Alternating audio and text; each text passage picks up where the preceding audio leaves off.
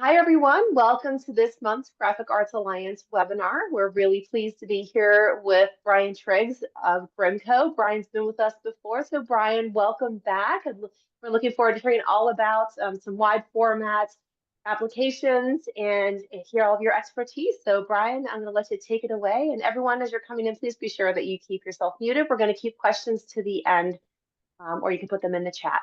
Brian, it's all you. Awesome. Great. Well, thank you very much, Wendy. Appreciate you guys having us again. Today, we're just going to be going all over all things digital media. So we're kind of doing Digital Media 101. We'll be going over differences between different products, when and when not to use certain things. If you did join us for the Windows Walls and Floors a few months ago back in October, this is going to be a different presentation. If anything, we might even be taking a slight step back, kind of getting down into the basics of what makes these materials kind of what they are. So hopefully you guys walk away with some good information here. But I also kind of want to just start with just brief history of signs because when I first started with the industry, I didn't know anything. I did work in a sign shop in college. I worked for a local beer wholesaler printing out window perf and posters, and so I had maybe more experience than most new sales reps coming into this industry. But beyond that, I couldn't tell you the difference between different vinyls and when and when not to use certain things. So hopefully that this presentation will give you guys, even if you're far and long tenured into this industry, you'll pick up on a couple of things. If you're newer to the wide format side of things, hopefully this is informational for you guys as well. But starting things off, I love taking people just through a brief little timeline here. Obviously, signage and graphics started well before the 1900s in America. We've got the hieroglyphics in Egypt. We've got cave paintings all over the world. The Greeks and the Romans were very into directional signage as well. But we'll start things off in America to condense things a little bit. Neon signs in the 20s were awesome. I think it's beautiful. I've got several neons in my basement. I think it's really cool. My wife thinks it's tacky, which is why it's in the basement. But nonetheless, that's kind of where we started seeing, our industry start to evolve. And then, of course, hand painted signs and billboards. There are still lots of hand painters out there. It's truly an art form. But as far as the billboard size and large scale advertisements and graphics go, that's since been replaced. But there was a time and place for it at one point. And then, in the 40s and the 50s, we really saw screen printing start to kind of take off with the introduction of plastics. Screen printing is still very widely used in our industry to this day. We at Grimco use screen printing quite a bit just on our own manufacturing. But then we also sell a lot of products, on the screen side, both to the garment side of things and to wide format as well. So screen printing, it's been around for a long time, but it's by no means an obsolete form of graphic making. It is very, very prevalent. But then that does get us into vinyl. So in the 60s, we're going to see this material. It's a, plastic polymer PVC comprised material that we now know as vinyl. And basically, it's just a very thin sheet of plastic vinyl material with a liner sandwiching a adhesive base. So we'll go into more details on exactly, what kind of goes into a vinyl later. But we started seeing that kind of emerge in the 60s and 70s, followed by the 80s with the computer-aided design and CAD software that really kind of allowed you to automatically cut out various shapes and sizes and numbers and letters from a vinyl, which you then use like a transfer tape to transfer that graphic onto a wall or a substrate of some kind. And then eventually we got ourselves into digital printing. Digital printing, when it first came out, much like today, had the CMYK color gamut. So you weren't maybe hitting every single wide range of colors that we are in 2025, but these machines could do quite a bit. They weren't as fast, they were much bigger, but nonetheless, it was digital printing. Get us into like present day. We still have backlit signs, but less of it is neon. We're doing more LED backlit channel letters and cabinets. And then, of course, digital printing has evolved so much. Even just in the last 7 years since I've been with Grimco, I've seen, the kind of starting phases of latex ink, and now we've got white ink point printers that are very, very economical. And so we've seen the digital age of printing really become much, much more accessible. Again, just in my signage and graphic career lifespan, which isn't very long, we've made massive leaps and bounds with the technology on these machines that are making them more and more accessible to everyone on a yearly, monthly basis. So when it comes down to digital media, because there was our crash course on the signage and graphic industry, at least in America, but digital media, it only holds a small little slice of history, but arguably it's been the most important.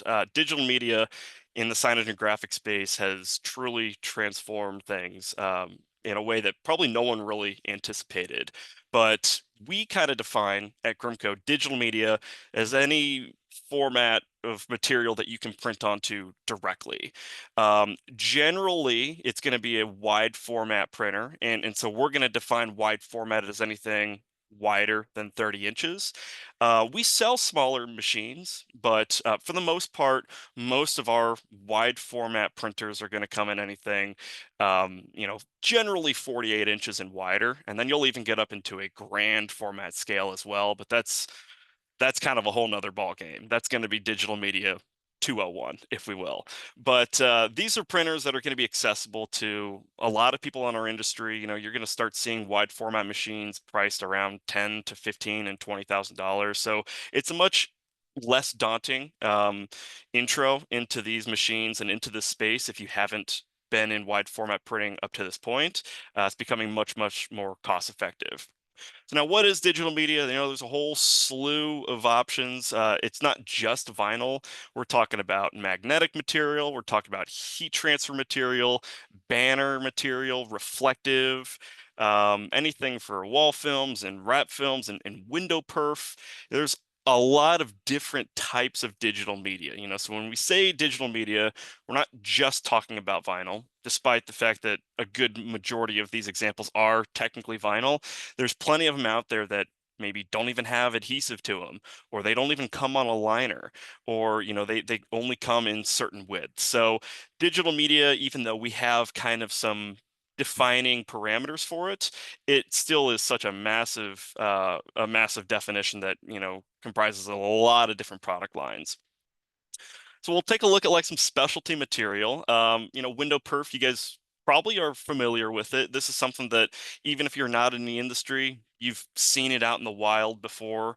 This Mountain Dew graphic in the middle. It looks almost opaque as you're looking at the graphic from the outside, but if you were on the inside of that storefront looking out, especially during the daytime, you almost wouldn't even see that graphic, and you almost wouldn't even see that material at all.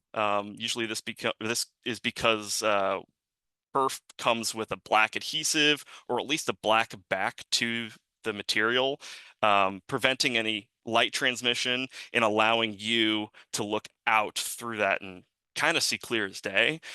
Translucent films, this is going to be something you can print to if you're trying to make a more complex graphic for a cabinet or channel letters, kind of like this Firehouse Subs graphic up above, that was more than likely just printed to a translucent material. Reflective films, this isn't just going to be limited to stop signs and yield signs and, main street directional traffic signage. You're also going to see this on emergency vehicles like ambulances and fire trucks and, police cruisers. So reflective films is definitely something else to kind of consider. Magnetic material, if you have a big giant magnet of your favorite sports team that you like to slap on the side door of your car when you're going to the game, that's something that likely was printed on a wide format machine. And then heat transfer material too, something that kind of gets forgotten about in our industry, but it's something that you can feed through a printer, and we would consider that to be digital vinyl. Then, of course, you got banner. this, is not really vinyl in a sense that it does not have an adhesive back to it. It does not come with a liner. You guys know what banner is. It's all over the place. This is probably one of the most common applications that we see in our industry, as well as maybe one of the more simple products that you can sell. You don't have to really worry about too much of an install.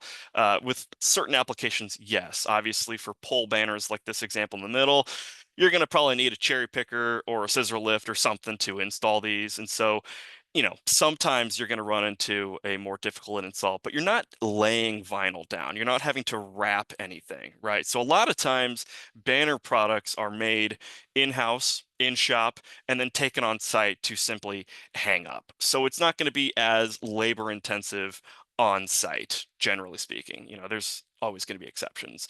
But banner, you're going to get that. And, like these pole banners are going to be like a double-sided block out. There's also going to be grand format printed banner products, kind of like what you'll see here with this Louisville Cardinals logo. Frontlit banners is going to be kind of what we refer to as just like your simple, basic scrim banner, if you will. That's going to be like frontlit banner. And then there's also backlit banner too, where, if you're doing a large, kind of like a flex face, Cooley is another brand we don't sell, but it's kind of like Kleenexes of the industry. You're asking for a tissue, but usually people ask for Kleenex. Cooley's kind of the equivalent there for backlit banner. We've got several different brands that we sell, but Duratex is our in-house product. But plenty of different banner products. Kind of probably one of the more prevalent digital media in our industry that we're going to see. But the root of most digital materials, I think, in my opinion, is going to be vinyl. And there's all sorts of different vinyl. And so I've tried my best to kind of break this down into like a little bit of a matrix.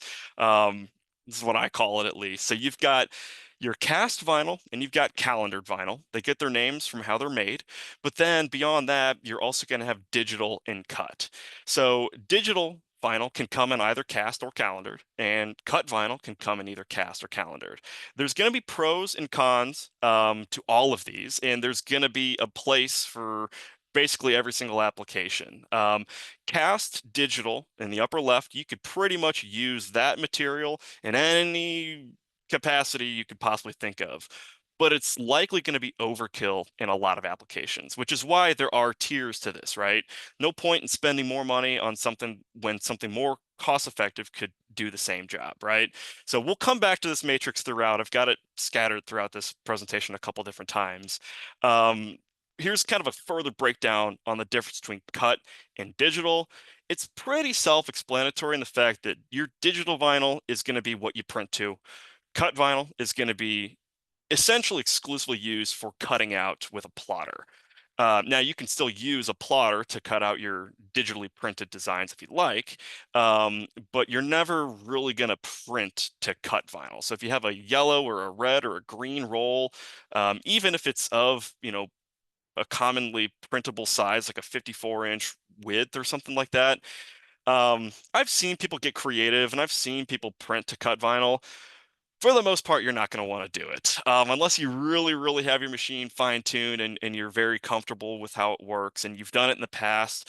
I'd recommend against it because, you risk wasting material by, printing on something that's not technically digitally receptive, and most cut vinyl will not be digitally receptive, which is why we have digital. Now, digital it's a little more boring in the fact that it doesn't come in all these fun, fancy colors. It's basically just going to come in white and clear. But that's going to be what gives you your print receptiveness, and then you don't need the colors, right? Because you have the printer that's putting the colors where you want it to go. So basic, simple concept, but for me, it wasn't until I kind of had it written down whenever I was initially training 7 years ago that it kind of fully clicked and made sense with me. So I like tossing this one in here as well. Now, like I said, cast versus calendared, it's not like there's 4 different types of vinyl. You don't have a cast and a calendared and a digital and a cut, right? Cast can also be cut or digital, and calendar could be cut or digital. So just kind of keep that in mind. It was another thing that kind of confused me when I was first learning a lot of this too. But there's pros and cons to cast and calendar. Just like I mentioned before, Cast probably could be used for just about any application you could ever come across, but it's usually going to cost more than calendared. And so, why spend more money when you don't need to? If you have a flat application, for example, you're just doing some laptop stickers. Let's just use that as an example, right? You could absolutely use Cast for that, but you're overpaying. You might as well go with calendar. It's going to save you a little bit of money. It's going to do everything that a laptop sticker needs to do, right? You don't need material for a laptop sticker to stretch and conform, and it doesn't need to last forever in an exterior application, right? Go with a calendar product. It's going to be a little bit more cost effective. You're going to save money, and it's really, for that application in particular, not going to make any sort of difference. But now I would never ever want to use a calendar product in an application that otherwise would typically require cast, right? PT Cruiser, for some reason, is the industry standard when it comes to how easy a material can wrap, right? PT Cruisers have a lot of curvatures to them. And so if you can wrap a PT Cruiser with your whatever brand and series of vinyl, then it's probably a high quality vinyl, just because that is a more difficult vehicle to wrap because of all of its intricacies and all of its curves. You would never ever want to use a calendared film to try to wrap a PT Cruiser or really any car of any kind, because most calendared films will not stretch and conform to curves quite as well as most cast products do. I don't need to go into each one of these features, but just know that cast and calendared, for the most part, they're very different, but they do share a lot of properties as well. They get their names from how they're formed. The easiest way to kind of think about this is cast starts out as a very hot liquid and it's poured into a very thin sheet, right? If you think of it like that, the native state of cast is gonna be that sheet. So it's fine, being in that sheet form, and it's not gonna want to curl up back into a ball. Whereas calendared, think of it more like Play-Doh. It's rolled and pressed and flattened out from a basically just a blob of this same type of material. And its native state is to want to get back into that ball or back into that blob, which is why it's going to want to curl and peel more so than a cast product would. There's a whole list of YouTube videos I could send you guys that go into much further and much more technical comparisons between these two. But these are kind of the basics. If you know cast versus calendared, you'll have information in your mind that will help you save money and at least make the right decision when it comes to picking out the right product for certain applications down the road. So here we are. We're kind of coming back to our little matrix here. I think I have it in here another time, which probably 3 times was probably excessive, but that's okay. I love showing you guys the differences between these. From a quick glance, these all look very, very similar, but you'll notice that there are going to be commonalities and differences between all 4 of these little segments here. So this is kind of one of the most simple ways that I could think to kind of lay this out between, the 2 different types. So most vinyls are going to have an adhesive to it. I spoke earlier about not all digital media is going to have adhesive. Of course, that's absolutely true. But when we're thinking rolled digital or cut vinyl, you're going to basically have a product that's composed of 3 different pieces. You've got your vinyl, you've got your adhesive, and then you have your liner. So this I might need to find a this is a very, very zoomed in picture of kind of what I'm talking about. The vinyl itself is going to be the majority of the thickness of this media. And depending on your vinyl, you may or may not want a thicker product. For something that needs to stretch quite a bit, you'd be surprised. Generally, that cast material is going to be thinner than calendared. The thinness is probably what helps kind of give it part of that elasticity. Most cast films will be like 1 to 2 mil thick. And so it makes for an easier install because it can stretch and bend a little bit easier. But basically, when we're selling vinyl, we're looking at these 3 portions here. You're looking at the vinyl itself and then the adhesive and the liner, and they're all going to contribute different things to that product, right? So first we'll talk about the liner itself. We kind of already talked about the different types of vinyl. So now we'll go down to the liner. The liner is going to be what gives the adhesive its shape, if you will. So the characteristics that are developed that allow for air release, that's a very common term in our industry, air release, or the conform and the comply. Those are going to be kind of what gives you your air channels. It is from the liner itself. So depending on the texture or the shape of the liner, that will imprint onto the adhesive. So if your liner is completely flat, then your adhesive is going to be completely flat. And that's perfectly fine for certain products, but other products require or advertise the fact that they have air channels. Air channels are very nice whenever you're trying to squeegee out the bubbles from your installation. Um, Plenty of YouTube videos on that as well. I'm trying to pack as much in here as possible, but those air channels are great. But just know that if you're paying for something that doesn't just have flat, basic, pressure sensitive liner, usually the next step up with those air release channels is going to be a product that costs a little bit more. So keep that in mind whenever you're making this, the decisions to buy certain products or not. So that's the liner. The liner transposes that texture onto the adhesive, but then there's also different types of adhesive, right? So you're going to have there's a couple different ways to think about this. You have vinyl strength. People think, oh, it's a strong vinyl, or it's a weak, or it's a strong adhesive, or it's a weak adhesive, right? Um, but the tack level is almost different than the removability.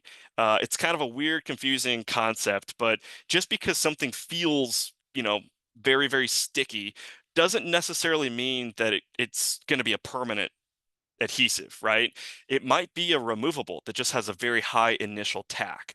So, here we're talking about the removability. Basically, all vinyls, adhesive-backed vinyls, will fall into one of these three categories. You're going to have permanent, which is going to be generally, it's going to feel pretty sticky. But after you squeegee it on there and you apply and you activate that adhesive, it's not going to want to come off. And if it does, it's probably pulling part of the drywall or the paint with it, So permanent adhesives are great for certain circumstances. You would never want to use them on like a vehicle, for example. Um, Also, something to kind of keep in mind is permanents are usually a little bit more cost effective because you're not going to have to worry about peeling this off. Let's say you're doing yard signs, for example. Yard signs are pretty cheap. You print them, or you're printing vinyl and overlaying it onto a piece of Coro. Are you going to reuse that piece of Coro? Probably not. And so, does it matter that you can pull that vinyl off of it, at the end when you're about ready to throw it away? No, no, you don't. So, why pay more for an expensive removable or changeable adhesive when permanent is going to achieve all the same results, and you're not going to need to pull it off anyway, right? So that's kind of where you need to do some thinking. You're going to need to make these decisions for yourself. What's the best adhesive removability do I need? And then on top of that, there's another component too with the adhesive is the color. And so the color is going to be important for a couple different reasons. We've got a couple pictures here at the bottom. So like, for example, if you have a privacy film, which, is a vinyl most of the time, usually that's going to be a clear product. Sometimes you can print to this, but if it's going on glass, oftentimes people are putting graphics on glass and they want to retain that light transmission. They want to retain the visibility, right? And so, you're not going to want an opaque adhesive. You're going to want something clear because the rest of your graphic is clear, the adhesive should be clear. And so that's where, if the transmission of light or the opacity for your own vision needs to remain very, very low or almost completely see-through, you're going to want to go with a clear adhesive. Otherwise, if you're wanting that graphic to be completely opaque, you're maybe wanting to block out a window, or let's say you're wrapping a red car. If you have any sort of white in your graphic, in your wrap graphic, and your adhesive is clear, when you put that white printed media or white wrap material over a red car, the red from that car is going to kind of shine through, and it's going to make your white portions of the graphic almost look pink. And so that's another reason why you're going to really want to cut that out. You don't want any sort of color from underneath shining through, and that's where a gray or a black adhesive is gonna, give you the opacity that you need to really prevent that from happening. So there's advantages and disadvantages to both, but really at the end of the day, it kind of comes down to um, what do you want your graphic to look like, and what kind of light transmission levels do you want to allow. So we're back to liner technology. I think I moved this slide out of order. But when we're looking at the liner, that's going to be what imprints the pattern or the texture or the shape onto the adhesive itself. And there's a variety of different kinds here. So probably the most common and one of the most popular is going to be air release. That's 3M's. I think it's their like patented term. Well, they call it comply. Avery has a different name for it. They call it easy apply. Orifal calls it rapid air. They all have different terms for this. Essentially same thing. This is where the liner gives oftentimes like a crisscross pattern shape to your adhesive.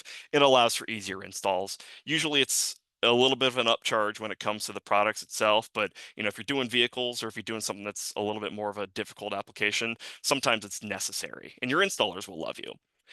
Pressure activated is going to be basically whenever you take your squeegee, and this might be a low initial tack product or a high initial tack product, but you install that onto your substrate or your surface, and it won't stick to that surface until you actually apply pressure to it. So that's really nice if you're doing larger panels and you need to kind of slide your graphic around to get it right in the right position. You can tack it down a little bit by just, squeegeeing a little small portion, and it'll kind of hold it in place because that pressure activated adhesive will activate once it's been pressured down with a squeegee or your thumb or something. And then pressure sensitive, this is usually one of the most cost effective vinyl properties. This stuff is going to be sticky as soon as you take that liner off of it. And so you put it down, it's going to be sticky right away. This is like most stickers are going to be pressure sensitive for the most part. But keep that in mind. You got several different liner technologies that will, put these various features onto your adhesive. And there we go. There's our matrix again. I knew it was going to pop back up. I'm sorry about that. Once again, you can kind of see here's your basic thought process when it comes down to the different types of materials. Lastly, though, that I wanted to kind of touch on is overlaminates. So overlaminates, much like vinyl, will come in either cast or calendared. And general rule of thumb, you should match a cast overlaminate with a cast vinyl, or a calendared overlaminate with a calendared vinyl. You could do a cast overlaminate on top of a calendared vinyl.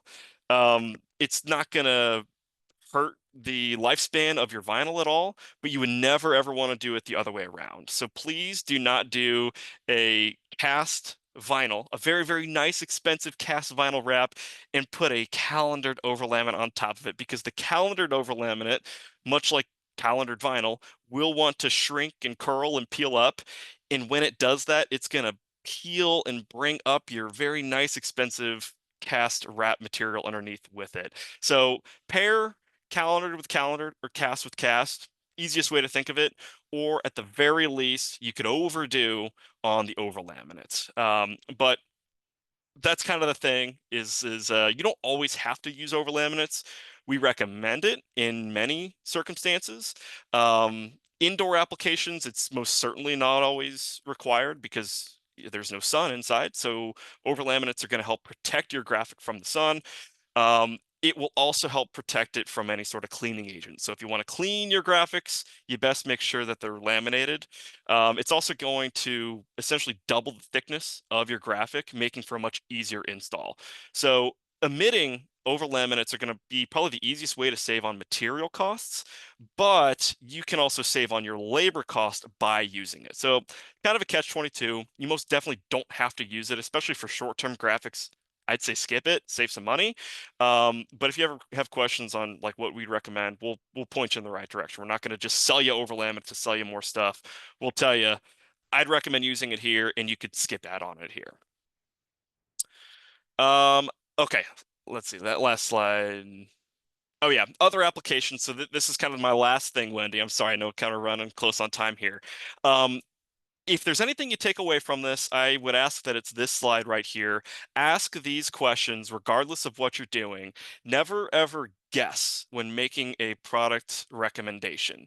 Please help your customer help you come to the conclusion of what you need to use. What is the application first and foremost? That will narrow things down dramatically. Is it going inside or outside? That will tell you a lot. Inside, short term, I probably don't need an overlay, right? So that's going to give you a lot of information. What kind of surface is it? Is it flat, smooth, bumpy? Is it curved? That's going to knock it down quite a bit too. How long is it going to be up? Or also, how long do you want it to look good? And then also, are you going to be covering up a pre-existing graphic? And then maybe the most important question here, was the surface recently painted or sealed?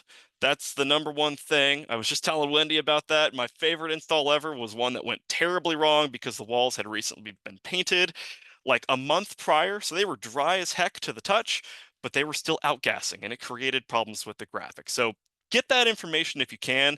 It'll save you lots of headaches. And then bonus points if you're able to use a wall test kit to determine, exactly what product is going to be best. This is being recorded, so I'm going to watch what I'm saying here. Take a look at the picture, and you can kind of determine all of the different components that go into that wall test kit. If you need a wall test kit, let me know. Otherwise, I've got the picture of it right here as well. So, sorry, Wendy. I tried to break this one down a little bit No. quicker than windows, walls, and floors. I was watching the clock the whole time. We're at 1:32. I hope we left some time for questions, and I'll turn it over to you. Absolutely, Brian. Thank you so much. So this was really great. And if anyone has any questions, please feel free to just unmute yourself, or you can put it in the chat. And while folks are kind of processing everything, it was definitely some great information here.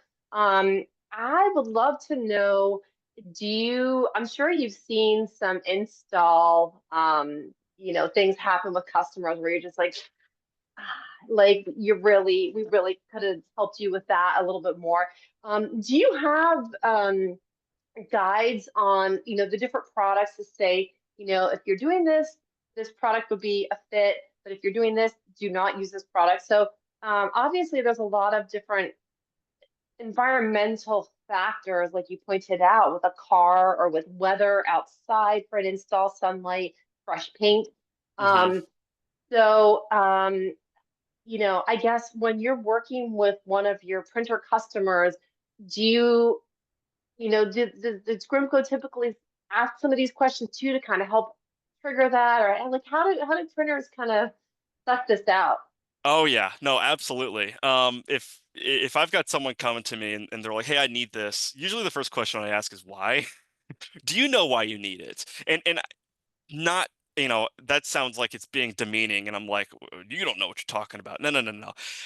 I really am genuinely curious as to what they're going to be doing with the material because too many times have I seen the wrong item purchased, and then a week later they come back saying, "Hey, this material failed. Like, why? Like, something must be wrong with this." It's always a tough conversation because oftentimes it's just an inappropriately used application, for that given product. And it turns into a pointing fingers. Well, you said that, whatever. At the end of the day, we just need to make sure that, your clients are happy with their jobs because then you'll be happy with us. And, as sales reps, we could sell you stuff all day, but if it's not the right product, it's going to come back to bite us in the butt eventually anyway. So it's best to try to get it right on the first go around, which is why we always ask a lot of questions, and Yeah. again, we don't do that to be demeaning and to be like, well, I know more about this than you do. I'm a wholesaler. I've been in this industry for a bit. I'm not the one out in the field. You guys know more than I do, but I can speak from experience in terms of like what goes right and what goes wrong, just from what other customers of mine have told me. So yeah, if you ever have questions about what material to use in any circumstance, just say, hey, Brian, I've got this job coming up. Here's what I know about it. Do I have enough information to make an educated decision on what product to use? If not, what other bits of information do I need? I'll go back and I'll ask the customer, and we'll do that whole song and dance. But the more questions you ask, the better, Mhm. because the last thing anyone wants to do is deal with a bunch of returns and credits and filing claims for defective products. Like, it's no fun. So let's get it right the first time. Ask questions, tell me what you got, and we'll help you guys come to the right conclusion of what you need to use. Yeah, that's great. Thank you for that. And I know that I was speaking with a member like a year ago, maybe a little bit less, and he was sharing. Um, they'd been in wide format for a little bit. It wasn't their primary area of printing. Hmm. And so they had started doing some installations and different jobs, and he had to develop a whole new intake questionnaire, and kind of a job ticket because the wide format component was so different from everything else that they were doing, and from Right. learning and some mistakes that were happening during the print and installation. He was like, wait, we need to completely revamp our intake with our customers so that we're getting all of the information we need to properly quote them, to make sure we're getting the right substrate, to make sure that we're doing the right install for them. And so it was really, he shared it was very eye-opening for him too, and some of these kind of trial by fire, uh, Hmm. you know, printing job, installation jobs that he was doing, how challenging it can be with this different type of substrate. So much in the commercial print side, you're dealing with different papers and maybe some board, but on the wide format side, you've got all these other substrates that are really, plus the other the application of those substrates that can really complicate a job. So I just wanted to take a moment to appreciate the complexities that go into wide format printing. I'm going to give everyone another chance if there's any questions out there. Brian's done a great job of summing everything up for us. So, yeah, so we'll give it another second, and it looks like everyone is it's good to go. So, Brian, thank you again for another great webinar. Super informative. We're going to get this up on YouTube so everyone can soak it in and know what kind of substrates to use. And thank you, everyone. Have a wonderful day. Thank you. Awesome. Thank you guys for your time. Have a good one. You too. Bye bye. Bye bye.